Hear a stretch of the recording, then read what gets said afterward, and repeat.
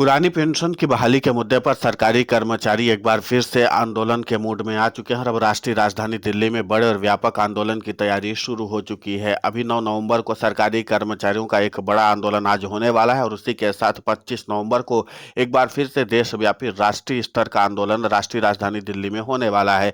इसी को लेकर के एनएमओपीएस की हाई लेवल की बैठक राष्ट्रीय राजधानी दिल्ली में हुई है। बैठक की अध्यक्षता एनएमओपीएस के राष्ट्रीय अध्यक्ष विजय कुमार बंधु ने की, जबकि संचालन इसका एनएमओपीएस के राष्ट्रीय महासचिव स्थित प्रज्ञा ने की।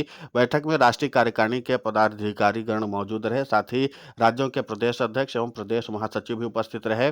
बैठक में आगामी 25 नवंबर को एनएमओपीएस के अखिल भारतीय बैनर तले होने वाली रैली पर विस्तृत परिचर्चा हुई।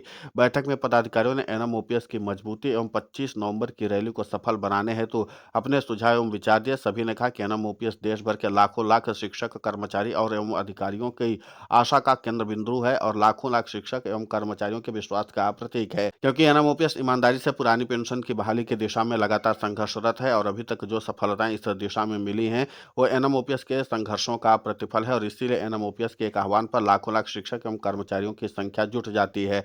एनएमओपीएस के राष्ट्रीय अध्यक्ष ने और क्या कुछ कहा है, सबसे पहले आप उनको सुन लीजिए, विजय कुमार बंधु को, कि उन्होंने इस पूरे मामले पर कहा क्या है।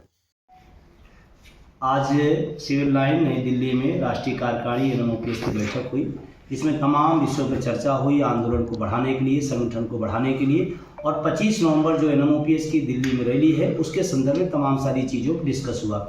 और हम पूरे देश के लोगों से कहना चाहते हैं 25 नवंबर को आप दिल्ली आइए, अपने हकों के लिए आइए, पुरानी पेंशन बहाली के लिए, निजीकरण, निगमीकरण और टीटी के तमाम विषयों को लेकर के एक जोरदार प्रदर्शन पूरी दिल्ली के अंदर तैयार किया गया है। और हमारी दिल्ली टीम ने बहुत मजबूती से अपने काम के दायित्व को निभाया है। और मैं पूरे राष्ट्रीय कार्यकारिणी से निवेदन करना चाहता हूँ, एनएमओपीएस मजबूत होगा। जितना एनएमओपीएस मजबूत होगा, पुरानी पेंशन की लड़ाई उतनी मजबूत होगी। आप सब 25 नवंबर को दिल्ली आए। वहीं विजय कुमार बंधु ने आगे कहा कि 101% पुरानी पेंशन की बहाली होगी। एनएमओपीएस पर विश्वास बनाए रखें, एनएमओपीएस के साथ कंधे से कंधा मिलाकर चले। 25 नवंबर को भारी संख्या में दिल्ली पहुंचे। एनएमओपीएस के राष्ट्रीय महासचिव स्थित प्रज्ञा ने बताया कि देश के 97% शिक्षक एवं कर्मचारियों ने यूपीएस को नकार दिया है। ये एनएमओपीएस की नैतिक जीत है, वहीं सरकार की नैतिक हार भी है। एनएमओपीएस के राष्ट्रीय उपाध्यक्ष सरदार सुखजीत सिंह ने कहा कि विभागों, गुटों एवं संगठनों की सीमाओं को तोड़कर पुरानी पेंशन की बहाली के लिए एनएमओपीएस के साथ खड़े हों। अन्य वक्ताओं में प्रमुख रूप से एनएमओपीएस रेलवे के राष्ट्रीय संयोजक सरदार अमरीक सिंह, राष्ट्रीय संगठन सचिव विजेंद्र धारीवाल, राष्ट्रीय सचिव डॉक्टर नीरज त्रिपाठी, राष्ट्रीय सचिव भरत शर्मा, राष्ट्रीय सचिव परमानंद डेहरिया, राष्ट्रीय मीडिया प्रभारी एवं एनपीएसई हिमाचल के प्रदेश अध्यक्ष प्रदीप ठाकुर, प्रदेश महासचिव तेलंगाना कंवल श्रीकांत, प्रदेश अध्यक्ष उत्तराखंड जीतमण पेन्यूली, प्रदेश महासचिव उत्तराखंड इंजीनियर मुकेश रतूड़ी, राष्ट्रीय सह मीडिया प्रभारी सैयद दानिश इमरान, प्रदेश महासचिव मध्य प्रदेश फारूक खान,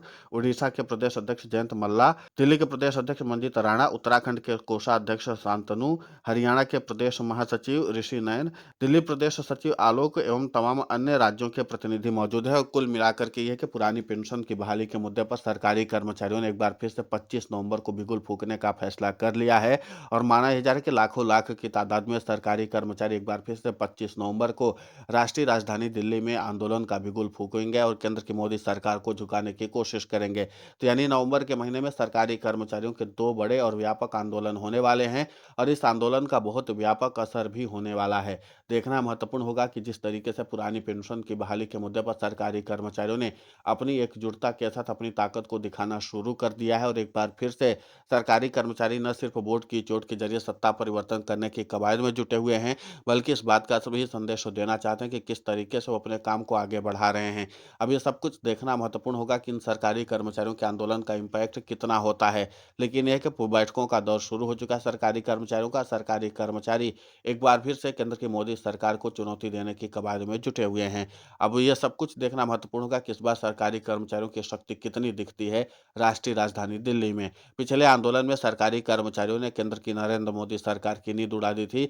लाखों लाख की तादाद में सरकारी कर्मचारी दिल्ली के रामलीला मैदान में अपना शक्ति प्रदर्शन किया था।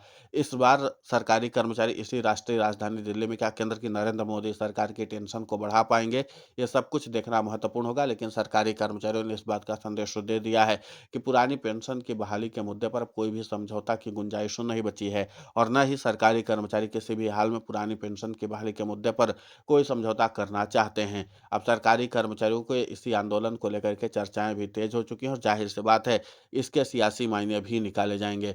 फिलहाल इस पूरे घटनाक्रम को लेकर के आपकी प्रतिक्रिया बहुत महत्वपूर्ण होती है, आप हमें कमेंट करके ज़रूर बताएं। साथ ही पुरानी पेंशन की बहाली के मुद्दे पर हम लगातार आंदोलित होकर के खबरें चला रहे हैं। आप हमारे समर्थन के लिए चैनल को सब्सक्राइब करें, खबर को ज़्यादा से ज़्यादा शेयर करें ताकि पुरानी पेंशन की बहाली का मुद्दा और बुलंद हो।